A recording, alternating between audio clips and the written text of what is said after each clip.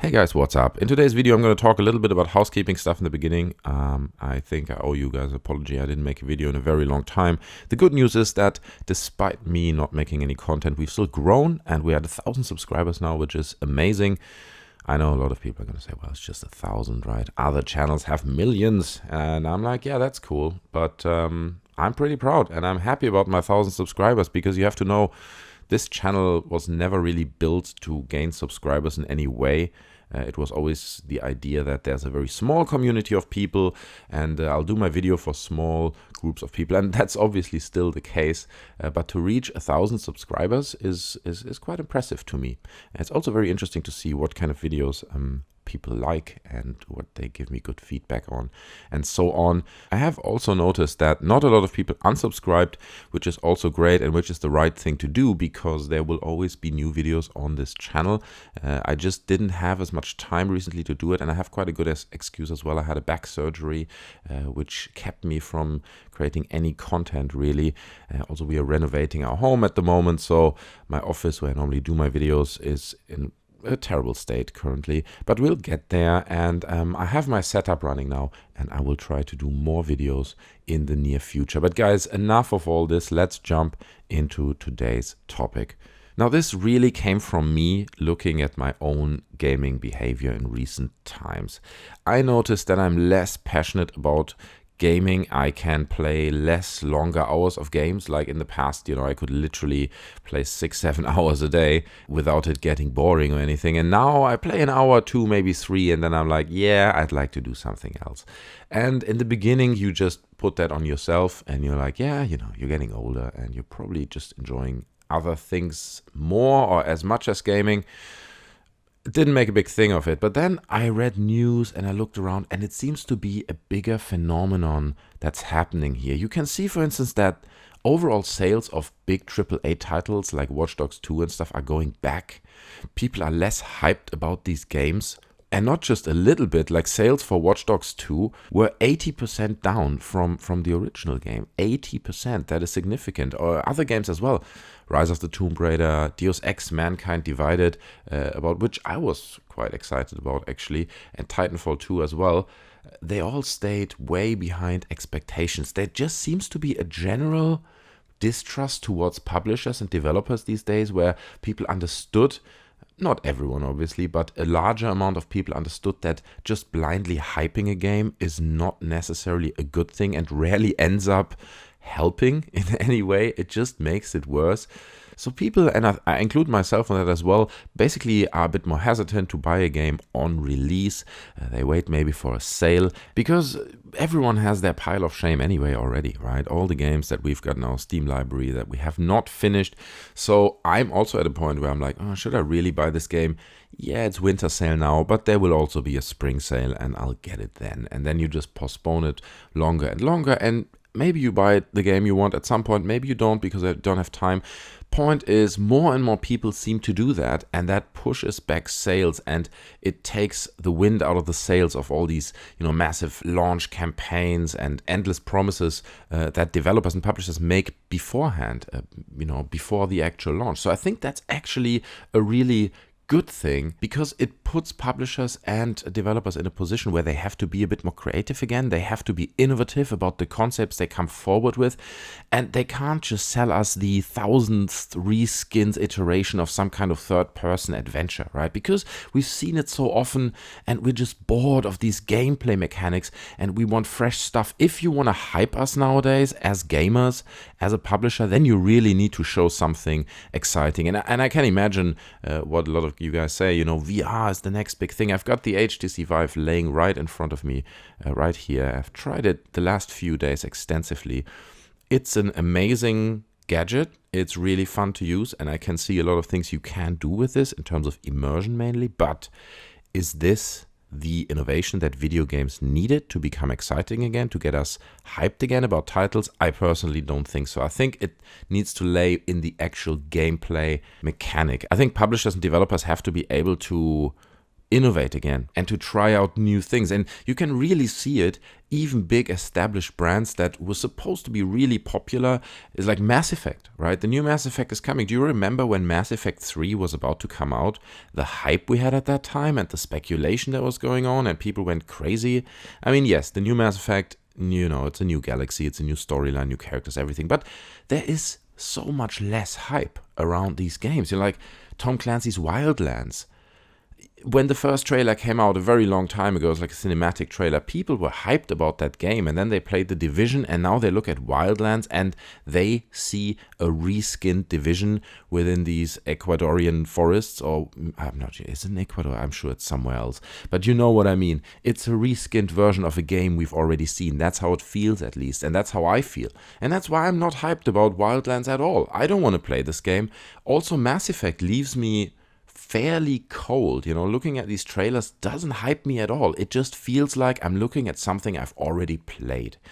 Sometimes I think it really helps to go back and remember those times when we were really hyped about a game. Like, let's talk about, I don't know, Tomb Raider, right? When the first Tomb Raider came out, I vividly remember seeing the 3D graphics, seeing the third-person angle for the first time really that well executed, seeing these animations, and it was just amazing. And in our heads, it was like, oh my God, now we can bring these Indiana Jones adventures that we've seen on television onto our screens and actually play them ourselves. I can become Indiana Jones, right? That was the thinking got, and you were hyped, you were excited, truly excited about playing these games. Now, we've basically seen everything. We're oversaturated. We've got about 20 million games in our Steam libraries, and only 2% of them are completed. And it makes you wonder why it's so hard for developers and publishers to create games. I mean, they've got massive teams, create games that really get us excited. And I think there are a few factors to this. One of them being that a game nowadays costs about 30 times as much as I did in the days of the original PlayStation. And while at that time, like a lower end budget for a game was around $800,000, it's now at around $28 million. 800,000 versus 28, right? So you can see there are massive amounts of money at stake here. So if you're a publisher, obviously, or a developer, you want to make sure that money gets returned. So how do you do this? You do focus groups and you do research. You try to understand your target audience, and then you cater a game to exactly these factors. But that's how it works in marketing, right? That's how it works in business and finance, maybe, but it doesn't really work with things like games, which are very emotional and which every person experiences slightly different, and every person has a different idea of what it should be. So there is like a technification of this process of making a very emotional product when this should be considered in the making of the games, right? So we are technifying this process. We're building game ideas on numbers, on results of research and focus groups, and that's, in my opinion, the wrong way. That might work for some games, but it can't be the way forward.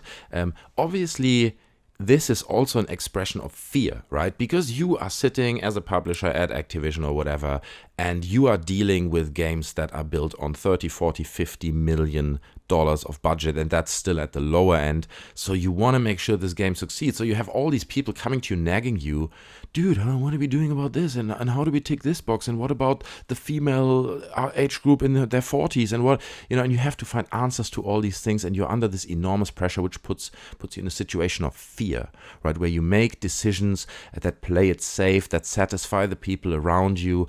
And that is also such a massive problem and adds to it as well. So we get all these kind of play it safe titles, and I think Wildlands is probably a prime example for that, without having played it, obviously, with just what I've seen from the game so far. So we're stuck in this loop where sales are going back. At the same time, games get more expensive. Developers and publishers need to turn around more money because, it's a massive effort to create like an open world or something. You need so much staff. So costs are rising, but the money that comes in gets less. That's why we're seeing all these terrible DLC packages and season passes and just additional methods of squeezing more money out of the consumer, and just really harvesting those few people that are still really hyped, that are like, oh yeah, it's the new Assassin's Creed, I love this series, I'm gonna buy anything, and they throw their money, and basically they compensate for the people who sit at home and say, oh, I'm not pre-ordering, because that's shit, and if you deliver a shit game, I won't buy it. until you fix it, which is the right way to do it, but they are just shifting that money that I would have spent as a critical consumer over to the guy who's just blindly hyped and spends all his money on season passes. From a business point of view, I can completely understand that and it makes sense, but for gaming, it's like poison and it's like a cancer and it's terrible. So how do we get out of a loop like this? How do we get games more innovative again? How we get excited again about new titles? How can big AAA developers make games that are risky again? I'm not sure there is an easy answer to that. A lot of people might say, yeah, well, indies, right? Indie games is where it's at and that's where innovation happens. I'm not a big indie player myself, don't play that many indie games. That is obviously true. Innovation comes mostly out of the indie sector because the risks are lower. But obviously it takes a long time for a game mechanic from an indie game to move into a AAA game and to potentially become established as a game mechanic that just adds to the experience and makes it better, bigger, or just to spawn a completely new genre. These processes take forever, right? So until we see improvement in the games that we actually play, it just takes way too long.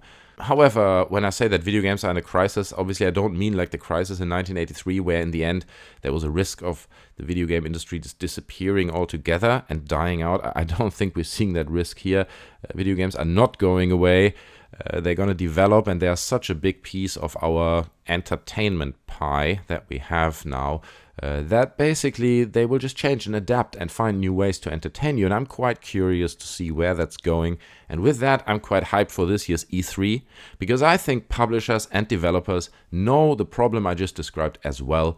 And they want to do something about it. They want to take all these frustrated customers that are really skeptical and just have no trust in their products anymore. They want to take those and sell them something new, get them excited about something new. And I think just another trailer of a third-person adventure game just won't do it this time around.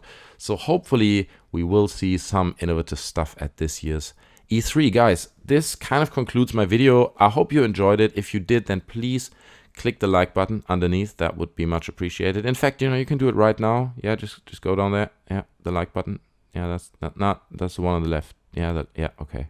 Yeah, all right. You can also share the video. You can subscribe to the channel. There's so many things you can do. All of those would be great. Anyway, let me say thanks again to everyone who has subscribed, who is part of my 1,000 subscriber army. This is amazing, guys, and I will try to do more videos for you guys in the future. If you have any suggestions, thoughts on stuff, topics that I should talk about, then leave that down in the comment section below. I'm always happy to consider that, obviously. Otherwise, guys, take care, stay tuned, and I'll see you next time. I'm out. Bye.